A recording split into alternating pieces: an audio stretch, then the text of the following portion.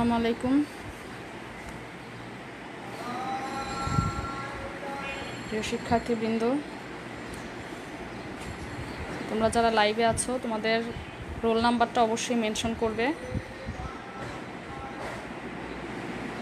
যারা যারা লাইভে আছো, ওয়ালাইকুম আসসালাম মারিয়া। কারণ অ্যাটেন্ডেন্স কাউন্ট করা হবে, কাজেই তোমরা রোল নাম্বারটা দ্রুত লিখে ফেলো। 518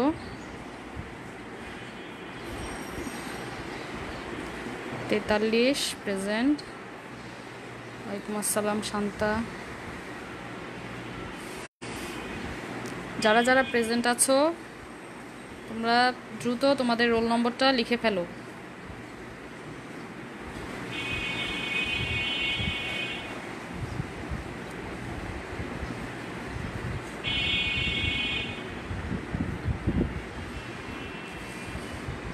বাহাত্তর 25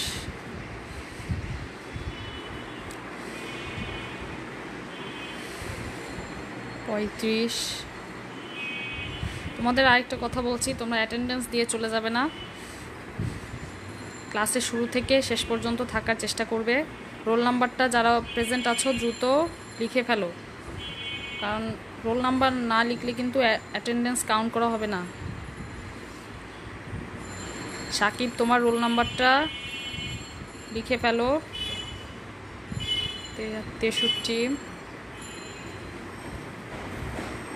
আজকে ম্যাথ ক্লাস করানো হবে। আজকে আমরা অষ্টম অধ্যায় মার্কেটিংয়ের উপরে যে থিওরি আমাদের আলোচনা শেষ, আমরা এখন ম্যাথ করব আজকে এবং বোর্ড কোশ্চেন সমাধান করব।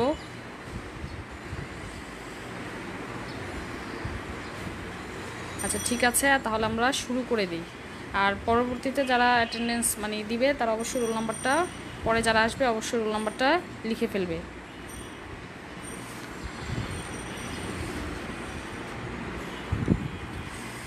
আচ্ছা, শুরুতে আমরা অঙ্ক করার আগে, বোর্ড কোশ্চেন সলভ করার আগে আমরা সূত্রগুলো আবার একটু দেখে নেই। উৎপাদন ব্যবস্থাপনার প্রথম পত্রের অধ্যায় হচ্ছে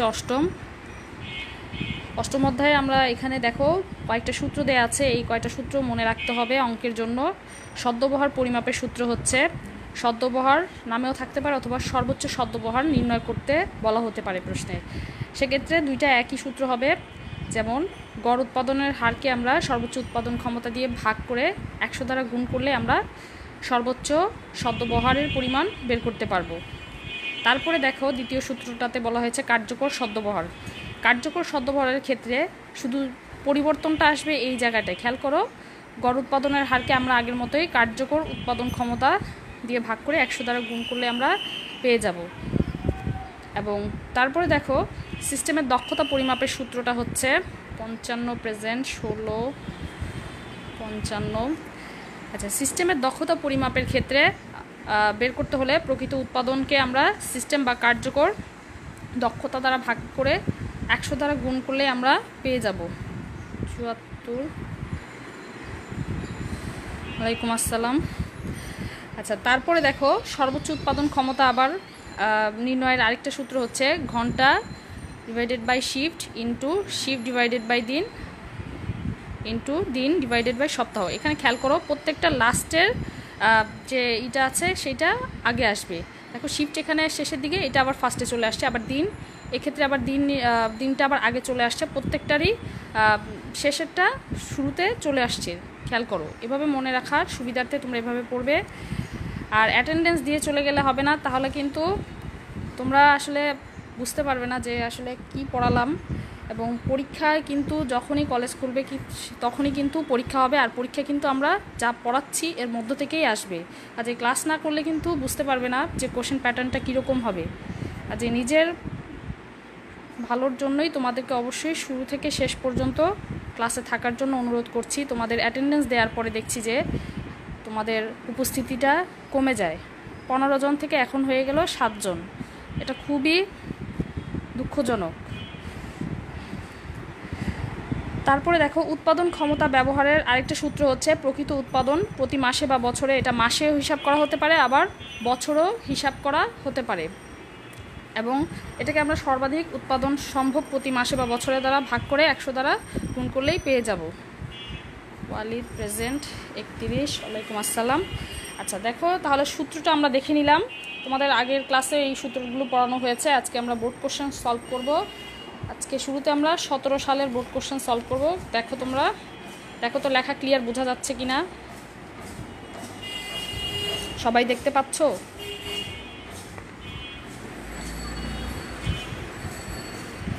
আচ্ছা, এখানে দেখো কি বলেছে যে রাজশাহী বোর্ড 2017-তে এই চ্যাপ্টার থেকে প্রশ্ন এসেছে। দেখো, রুমা ডিজাইন হাউস তাদের প্রতিষ্ঠানে বিনিয়োগকৃত মূলধন বিবেচনা করে উৎপাদন ক্ষমতা হ্রাস করে।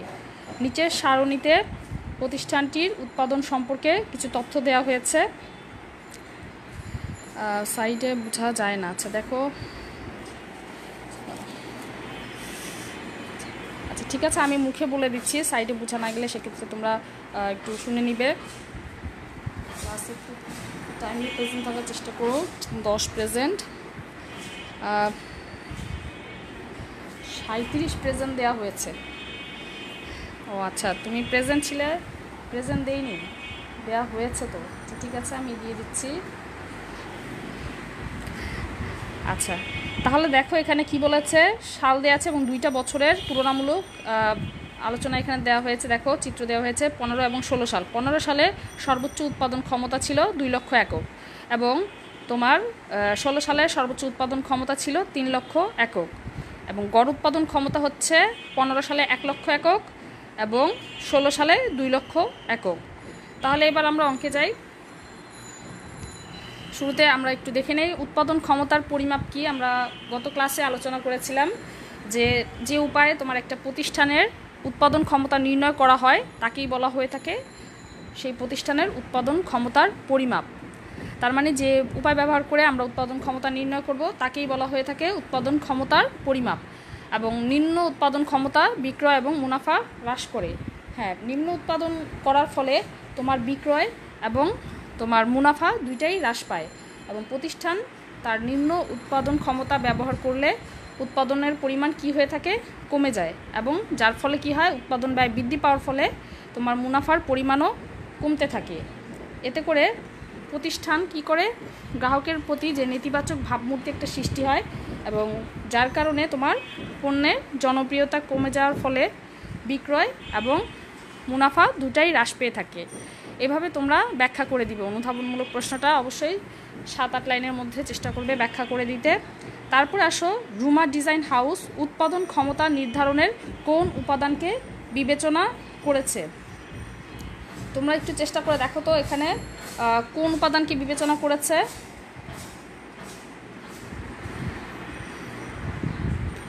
রুমা ডিজাইন হাউস উৎপাদন ক্ষমতা নির্ধারণে কোন উপাদানকে বিবেচনা করেছে? এখানে আর্থিক উপাদানকে বিবেচনা করেছে। ঠিক আছে, কীভাবে বুঝলে যে প্রতিষ্ঠানে বিনিয়োগকৃত মূলধন বিবেচনা করে উৎপাদন ক্ষমতা হ্রাস করে? তাহলে এখানে আমরা মূলধনের কথা যেহেতু বলেছে তাই আমরা বুঝতে পারছি যে এখানে আর্থিক উপাদানের কথা এখানে নির্দেশ করা হয়েছে। তোমরা আর্থিক উপাদানের কথা উল্লেখ করে এখানে ব্যাখ্যা করে দিবে। আর তারপরে আসো আমরা অঙ্কে যাই। উল্লেখিত 2 বছর প্রতিষ্ঠানটির উৎপাদন ক্ষমতার সদ্ব্যবহার নির্ণয় করো এবং এর ভিত্তিতে মন্তব্য প্রদান করতে হবে। তার মানে 2 বছরের উৎপাদন ক্ষমতার সদ্ব্যবহার আমরা একটু আগে জানলাম যে উৎপাদন ক্ষমতার সদ্ব্যবহারের সূত্রটা কি, তাই না? এখানে বের করতে বলেছে উৎপাদন ক্ষমতার সদ্ব্যবহার। 2 বছরের উৎপাদনের তোমার সর্বোচ্চ উৎপাদন ক্ষমতা দেয়া আছে এবং গড় উৎপাদন ক্ষমতা দেয়া আছে। তাহলে এবার আমরা সূত্র প্রয়োগ করে উৎপাদন ক্ষমতাটা বের করব। প্রশ্নে তোমাদের বইতে যদি সামনে থেকে থাকে তাহলে রাজশাহী বোর্ড 2017 সালটা বের করতে পারো। এখানে দেখো দেয়া আছে, এখানে দেওয়া আছে তোমার 2015 ও 16 সালে সর্বোচ্চ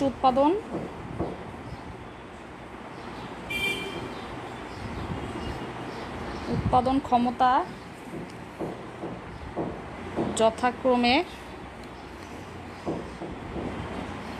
দেখো তো দেখতে পাচ্ছ কিনা, যথাক্রমে তোমার কত দেয়া আছে? 15 সালে দেয়া আছে 2 লক্ষ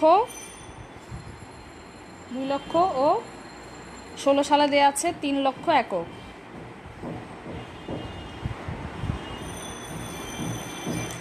এবার আসো, তোমরা অবশ্যই উল্লেখ করবে, কারণ দেওয়া আছে লিখে, কোন কোন সালে কি কি দেওয়া আছে সেগুলো আগে লিখে তারপরে তোমরা সূত্র লিখবে। গড় উৎপাদন ক্ষমতা আছে কত তোমার? 1 লক্ষ একক 15 সালে, যথাক্রমে 15 সালে আছে 1 লক্ষ ও 16 সালে দেওয়া আছে 2 লক্ষ একক। তাহলে এবার আমরা সূত্র লিখি, ঠিক আছে? সূত্র হচ্ছে, আমরা শুরুতে বের করব 15 সালের সর্বোচ্চ সদ্যবহার। আমাদের উৎপাদন দেখো এখানে বলেছে উৎপাদন ক্ষমতার সদ্যবহার 2 বছরের, তাহলে 2015 সালের উৎপাদনের সর্বোচ্চ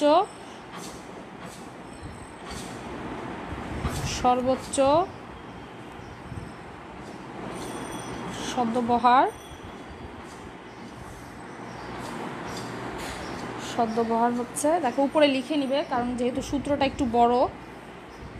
গড় উৎপাদনের হারকে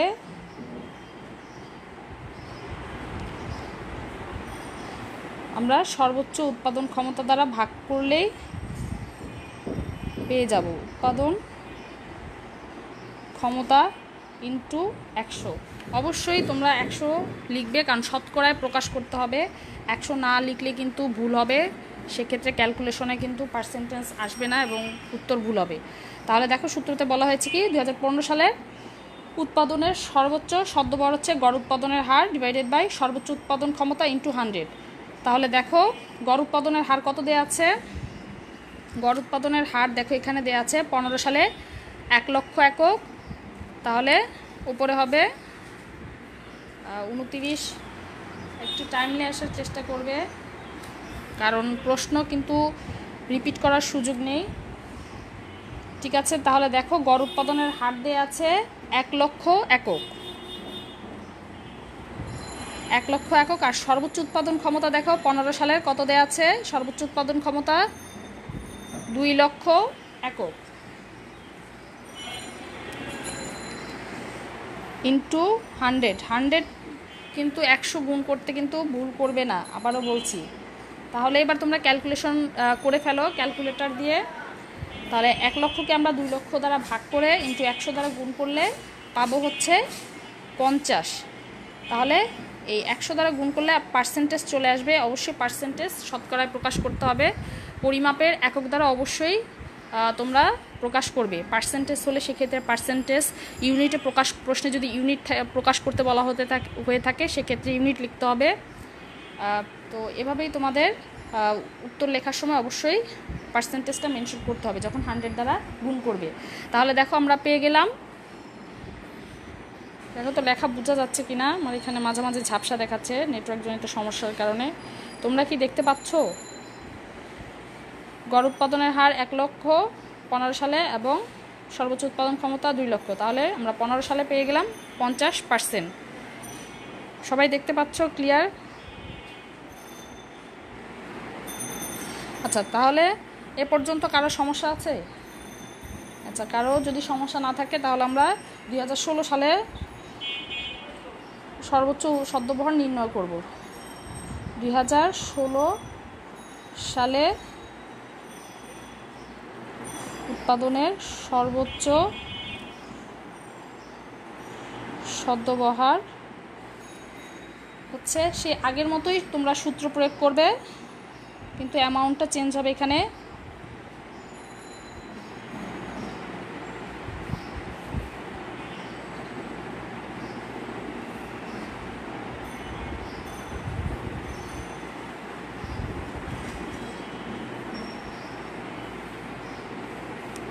দেখো গড় উৎপাদনের হার 2016 সালে দেওয়া আছে কত? তোমার 2 লক্ষ একক, আর তোমার সর্বোচ্চ উৎপাদন ক্ষমতা দেওয়া আছে কত? 3 লক্ষ একক।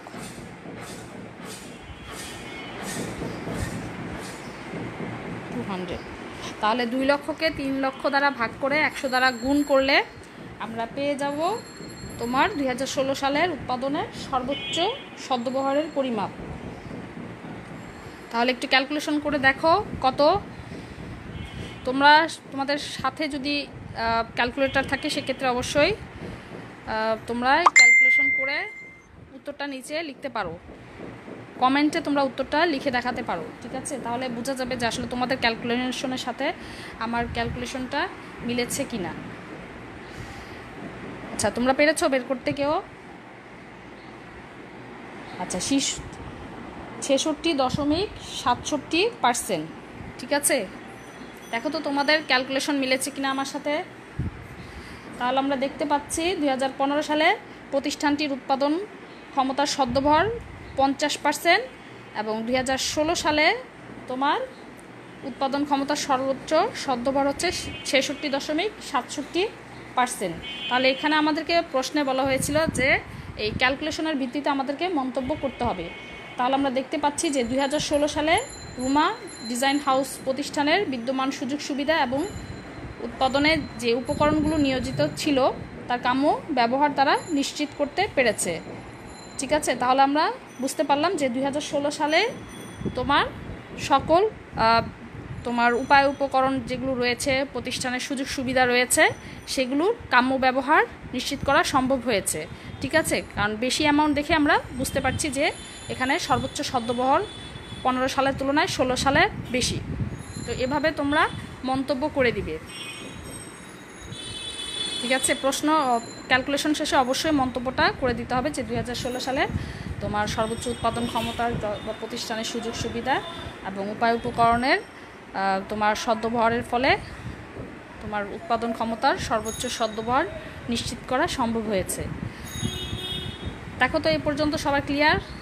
তোমাদের ক্যালকুলেশন মিলেছে আমার সাথে?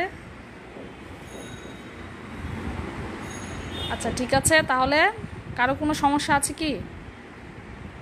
তাহলে আমরা সলভ করলাম কত সাল? রাজশাহী বোর্ড 2017, মনে রেখো।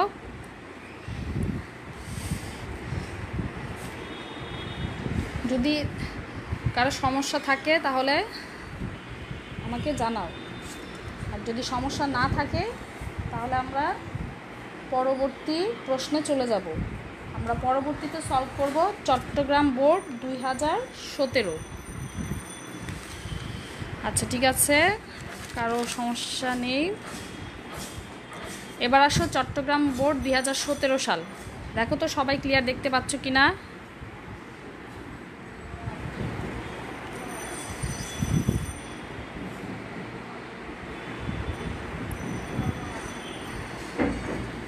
আচ্ছা, মোহনা শু কোম্পানি বিভিন্ন উৎস থেকে উন্নত মানের কাঁচামাল সংগ্রহ করে উৎপাদন কার্যক্রম পরিচালনা করে।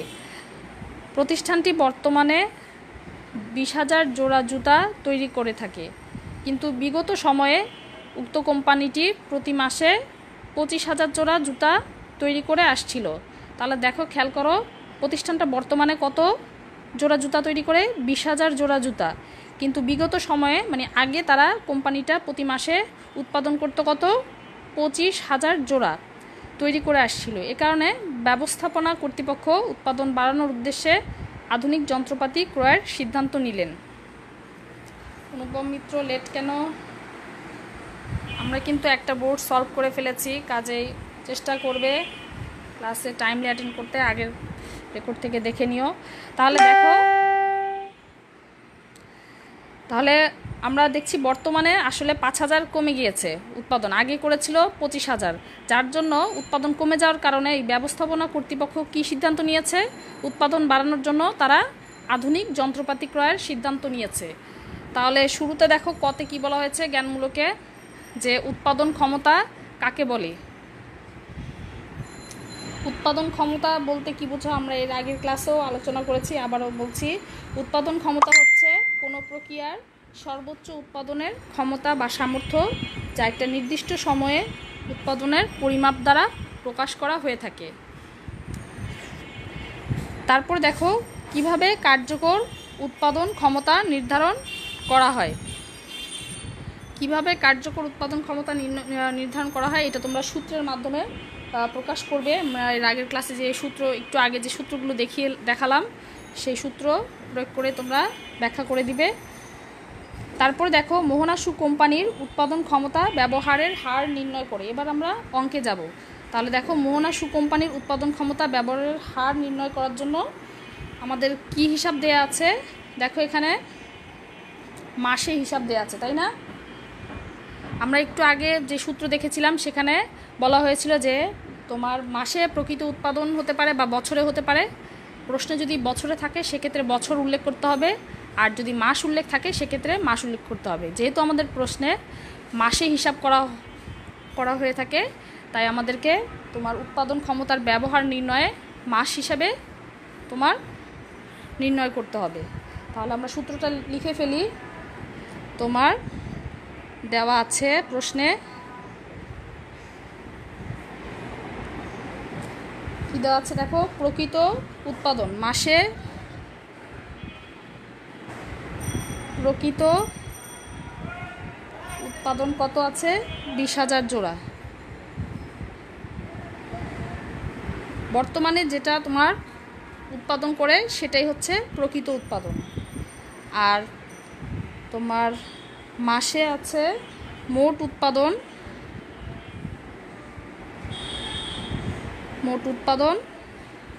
কত?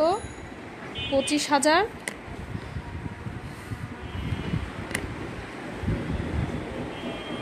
জোড়া। তাহলে প্রকৃত উৎপাদন আছে 20,000 একক বর্তমানে, আর মোট উৎপাদন হচ্ছে তোমার 25,000 জোড়া। তাহলে এবার সূত্রটা লিখে ফেলো সবাই। উৎপাদন ক্ষমতার ব্যবহার জানতে চাওয়া হয়েছে এখানে। ব্যবহার মাসে প্রকৃত উৎপাদন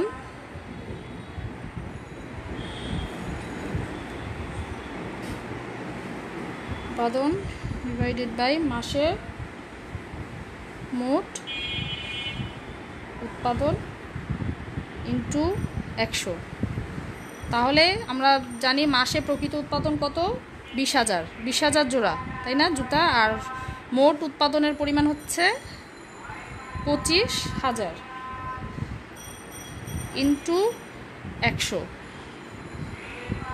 তাহলে খেয়াল করো, এবার তোমরা একটু ক্যালকুলেশনটা করো তো নিজেরা, দেখো তো কি আসে, উত্তর কি আসে দেখো।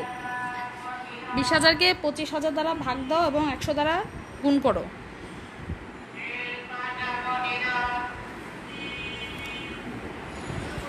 মিকাইল ইসলাম 76, তোমাকে কিন্তু কয়েকবার কল করা হয়েছে, তুমি কোনো কথা বলোনি। ঠিক আছে, তুমি আমাকে আজকে অবশ্যই রাতে কল দিবে।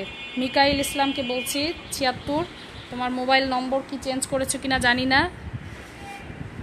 নাম্বার বন্ধ আসে, অবশ্যই আজকে কল দিবে রাতে। আর হচ্ছে 76, আমাদের কিন্তু সেকেন্ড ইয়ারে তোমাদের অটো প্রমোশন দেওয়া আছে, সেই ভিত্তিতে অবশ্যই আগস্টের 25 তারিখে তোমার যে বকেয়া বেতন রয়েছে, যাদের বকেয়া বেতন রয়েছে এবং ভর্তি ফি অবশ্যই জমা দিতে হবে। লাস্ট সময় হচ্ছে 25শে আগস্ট। যারা এখনও ভর্তি হওনি অবশ্যই দ্রুত ভর্তি হয়ে যাও। যারা বেতন পরিশোধ করেছ তাদেরকে বলছি ভর্তি হয়ে যাও, আর যারা ভর্তি হয়েছ তাদের সবাইকে আমি অভিনন্দন জানাচ্ছি, কারণ ফার্স্ট ইয়ার চলে আসছে। কাজেই তোমরা যদি ভর্তি না হও তাহলে কিন্তু সেকেন্ড ইয়ার ধরা হবে না, কারণ অনেকে পড়াশোনা ছেড়ে দিবে, ড্রপ আউট হবে। তো সেক্ষেত্রে তোমাদেরকে অবশ্যই যারা সেকেন্ড ইয়ারে প্রমোশন পেয়েছো 25 তারিখের মধ্যে ভর্তি হয়ে যাবে এবং আমাকে জানাবে। যারা যারা ভর্তি হবে, বেতন পরিশোধ করবে, সাথে সাথে আমাকে জানাবে। আচ্ছা, 80% ভেরি গুড। ঐশী, তারপর হচ্ছে আকিল, তোমাদের উত্তর সঠিক হয়েছে, ভেরি গুড। অবশ্যই পার্সেন্টেজটা উল্লেখ করবে, কারণ শতকরা হিসাব করলে পার্সেন্টেজ না মেনশন করলে কিন্তু ভুল হবে। ইমেলের উত্তরও সঠিক হয়েছে। তাহলে মোহনা শু কোম্পানির উৎপাদন ক্ষমতার ব্যবহারের হার হচ্ছে 80%। হ্যাঁ, নিজেরাও চেষ্টা করবে। আর রিফায়াতকেও বলছি তোমরা ভর্তি হয়ে যাও, ঠিক আছে, কারণ সময় কিন্তু নেই আর, 25 তারিখ কিন্তু লাস্ট সময় ভর্তির।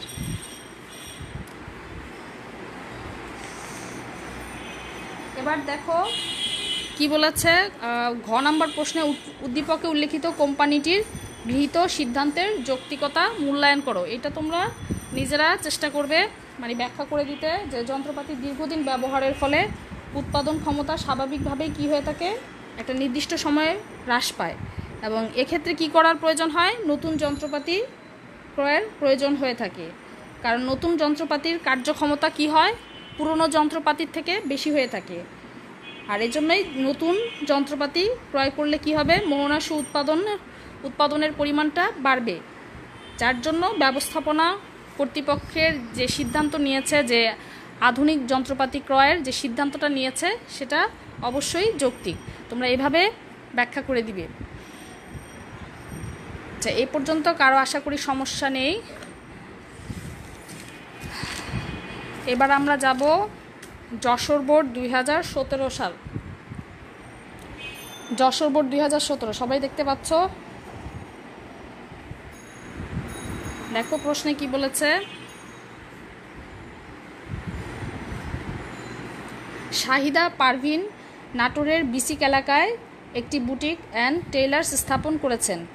প্রতিষ্ঠানটিতে তিনি বছরে 20,000 একক পণ্য উৎপাদন করেন। এজন্য তিনি কারখানার ভাড়া 25,000 টাকা, স্থায়ী ব্যয় কত 75,000 টাকা, কাঁচামাল ক্রয় করে থাকে 7,40,000 টাকা এবং তোমার মজুরি বাবদ 2,30,000 টাকা ব্যয় নির্বাহ করেন। ফলে প্রতিষ্ঠানটি কাঙ্ক্ষিত উৎপাদনের কাছাকাছি অবস্থান করছে।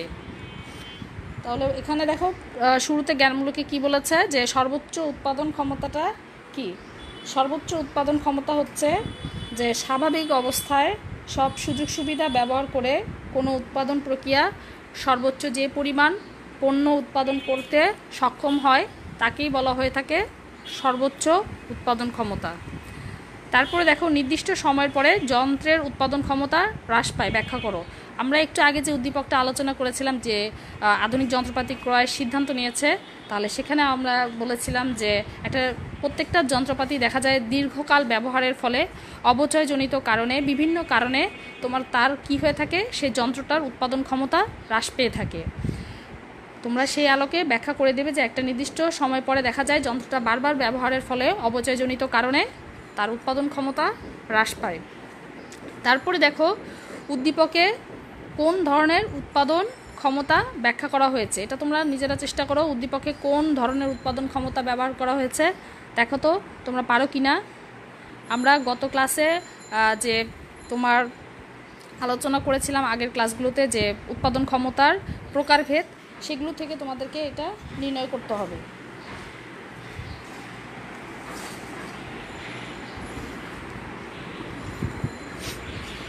হিমেল, শান্তা, তোমরা দেখো তো পারো কি না। রাহাত, দেখো চেষ্টা করে তোমরা পারো কি না। ঐশী, সামিরা, কি হবে বলো তো, কোন ধরনের উৎপাদন ক্ষমতা ব্যবহার করেছে।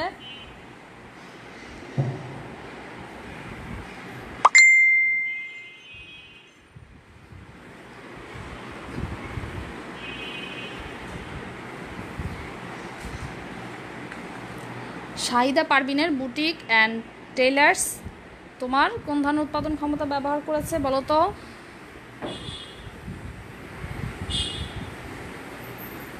এটা হবে গয়ের উত্তরটা আমি বলে দিচ্ছি, এটা হবে প্রকৃত উৎপাদন ক্ষমতা।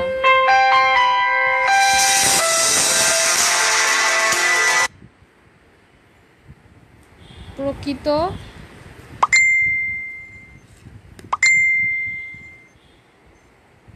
উৎপাদন ক্ষমতা হবে, গয়ের উত্তরটা হবে কোন ধরনের উৎপাদন ক্ষমতা, প্রকৃত উৎপাদন ক্ষমতা। প্রকৃত উৎপাদন ক্ষমতা নিয়ে এখানে ব্যাখ্যা করে দিবে, 3 প্যারায় লিখবে। তারপরে দেখো ঘতে কি বলা হয়েছে। ওয়ালাইকুম আসসালাম। 46 লেট কেন? আমরা কিন্তু অলরেডি 2টা বোর্ড সলভ করে ফেলেছি, তোমাদেরকে তো আগেই জানিয়ে দেওয়া হয়েছিল যে ম্যাথ ক্লাস হবে উৎপাদন ক্ষমতার উপরে। কাজে তোমরা কেন লেট করছো আমি বুঝতে পারছি না, কারণ জানিয়ে দেওয়া হলে অবশ্যই চেষ্টা করবে সেক্ষেত্রে টাইমলি ক্লাসটা অ্যাটেন্ড করতে, কারণ রিপিট করার সুযোগ থাকে না। তাহলে দেখো উদ্দীপকের একক প্রতি উৎপাদন ব্যয় কত। আমরা মনে হয় এই সূত্রটা আলোচনা করিনি, তাই না? দেখো তো এখানে জানতে চাওয়া হয়েছে কি, যে একক প্রতি উৎপাদন ব্যয় কত। একক প্রতি উৎপাদন ব্যয় তোমার বের করতে হলে আমাদের এখানে দেওয়া আছে কি কি, দেখো তো। দেওয়া আছে তোমার কারখানা ভাড়া কত, 25,000।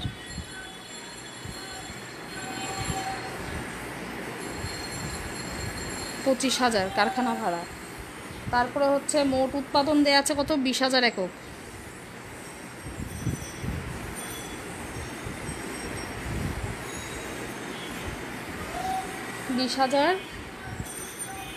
একক। তারপরে দেখো দেওয়া আছে কি, এজন্য কারখানার ভাড়া 25,000। স্থায়ী ব্যয় কত আছে, স্থায়ী ব্যয় আছে 75,000 টাকা। স্থায়ী ব্যয় 75,000 টাকা।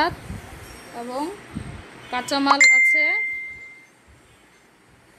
কাঁচামাল কত দেখো, কাঁচামালের পরিমাণ 7,40,000 টাকা। এবং মজুরি দেয়া আছে, মজুরির পরিমাণ দেয়া আছে 2,30,000 টাকা। তাহলে আমরা তোমার একক প্রতি উৎপাদন ব্যয় করব এখন কিভাবে। একক প্রতি উৎপাদন ব্যয়ের সূত্রটা হচ্ছে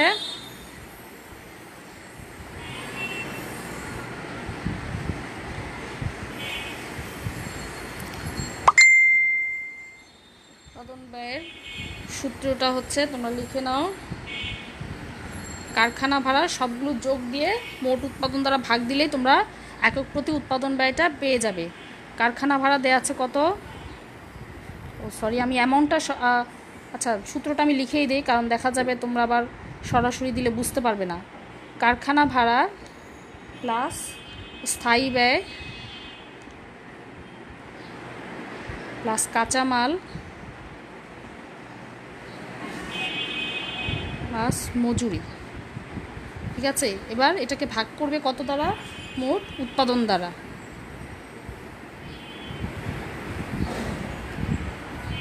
তাহলে কারখানা ভাড়া দেওয়া আছে কত, 25,000। তারপরে স্থায়ী ব্যয় আছে 75,000। কাঁচামাল ক্রয় করেছিল কত, 7,40,000। এবং কি 33 ওয়াকার।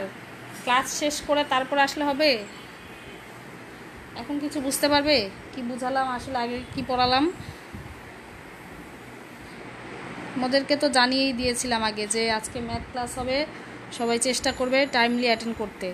আর মোট উৎপাদনের পরিমাণ দেওয়া আছে কত, 20,000 একক, তাই না? যারা বেতন পরিশোধ করেছ তারা অবশ্যই ভর্তি হয়ে যাবে 25শে আগস্টের মধ্যে, হয়ে আমাকে জানাবে। নাইম ভর্তি হয়ে যাবে এবং বকেয়া বেতন পরিশোধ করে দিবে। আরাফাত ভর্তি হয়ে যেও, সময় নষ্ট করো না, কারণ সময় কিন্তু আর নেই বেশি। আজকে 18 তারিখ।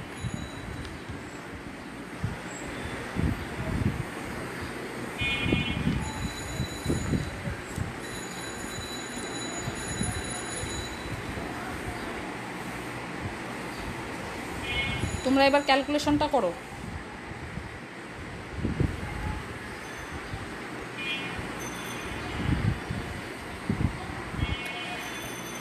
ক্যালকুলেশনটা বের করো তো। 25,000 যোগ 75,000 যোগ 7,40,000 যোগ 2,30,000 ভাগ 20,000, দেখো তো কত হয়।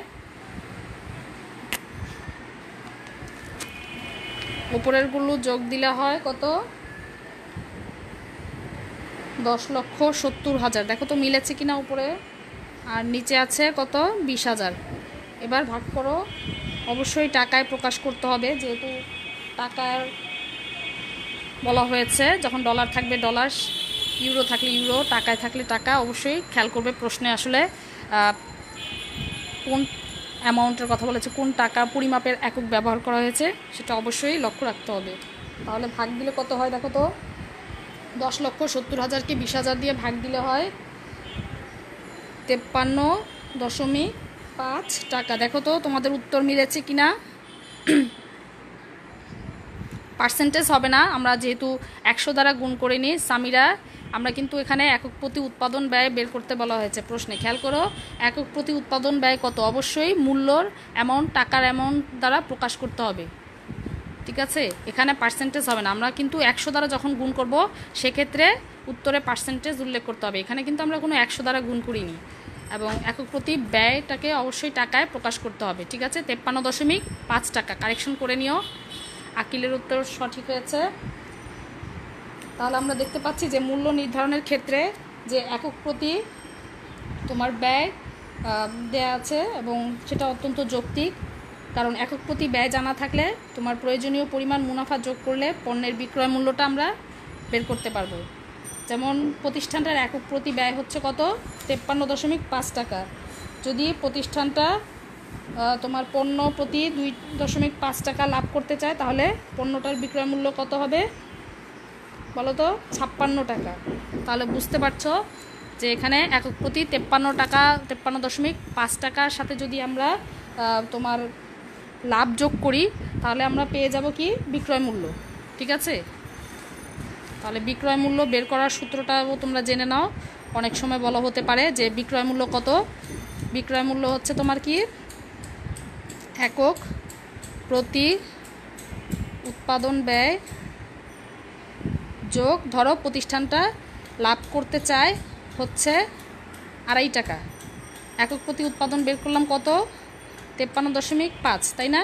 এটা কিন্তু তোমার অঙ্কটা কিন্তু এ পর্যন্ত হয়ে গেছে। ব্যাখ্যার জন্য আমি এটা দিচ্ছি, তোমাদের অঙ্ক কিন্তু এ পর্যন্ত শেষ। খেয়াল করো, ব্যাখ্যার জন্য তোমাদের বোঝার সুবিধার্থে যদি প্রশ্নে বিক্রয় মূল্য বের করতে বলে, তাহলে সেক্ষেত্রে তোমাদের মুনাফার পরিমাণ দেয়া থাকবে প্রশ্নে।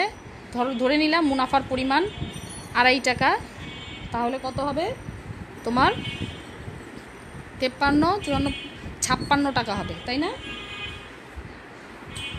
56 টাকা। তাহলে বুঝতে পারছো যে বিক্রয় মূল্য যখন জানতে চাইবে, তখন একক প্রতি উৎপাদন ব্যয়ের সাথে মুনাফা যোগ করলে আমরা পেয়ে যাব বিক্রয় মূল্য।